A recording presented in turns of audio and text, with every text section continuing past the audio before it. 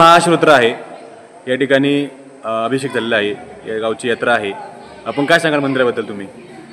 हे मंदिर जर म्हटलं तर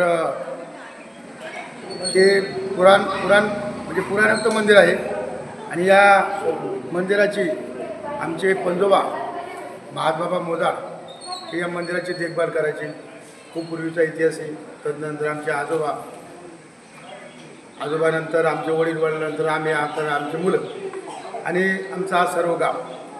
मंदिर अतिशय पावन म्हणजे कुणीही जावा आणि नवस बोलावा आणि तो देवाने शीतळेश्वरांनी मान्य करावा, त्यांच्यावर कृपाशीर्वाद द्यावा, असं हे शीतळेश्वराचं भोळं मंदिर आहे, भोळा देव आहे.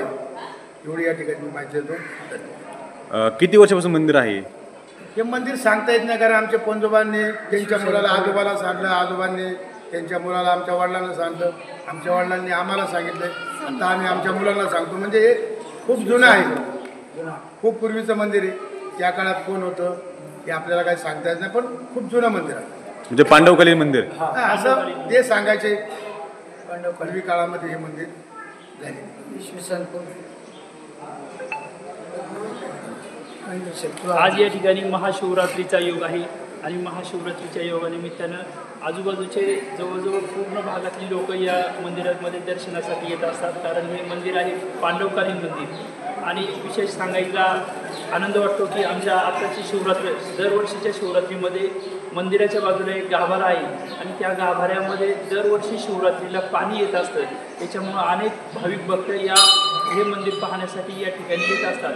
आणि आताच बाजीराव दादांनी सांगितल्याप्रमाणे की त्यांचे आजोबा असतील, त्यांचे वडील असतील, त्यांनी ही जागा आपल्या मंदिरासाठी दान दिली आणि त्यानंतर या ठिकाणी सुशोभीकरणाचं काम फार मोठ्या प्रमाणामध्ये ग्रामस्थांनी उभं केलेलं आहे आणि आता सर्व प्रकारे त्यांची साथ या मंदिराच्या कामासाठी लाभत आहे आणि फार या ठिकाणी भाविक भक्त येऊन या मंदिराचं दर्शन घेत असतात. पांडवकालीन मंदिर असल्यामुळं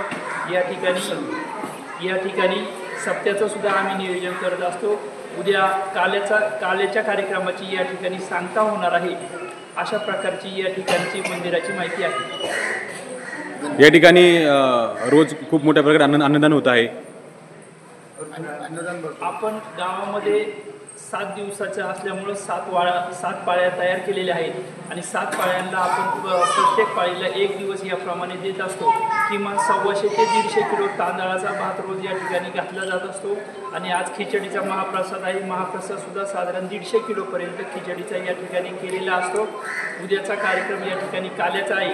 फार मोठ्या प्रमाणात 12 गावामधून या ठिकाणी भाविक भक्त या कार्यक्रमाच्या निमित्ताने येत असतात. कार्यक्रम फार मोठा होत असतो. मंदिर फार पुरातन असल्यामुळं हा कार्यक्रम फार महत्त्वाचा मानला जातो. आपण पाहू शकतो या गाभाऱ्यामध्ये हे पाणी आलेलं आहे. या ठिकाणी ही खड्डा आहे. याच ठिकाणी या ठिकाणी हा गाभारा आहे.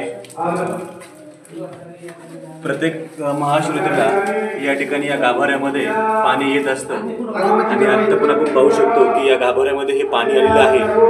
असा हा अद्भुत चमत्कार उघडणार नाहीये.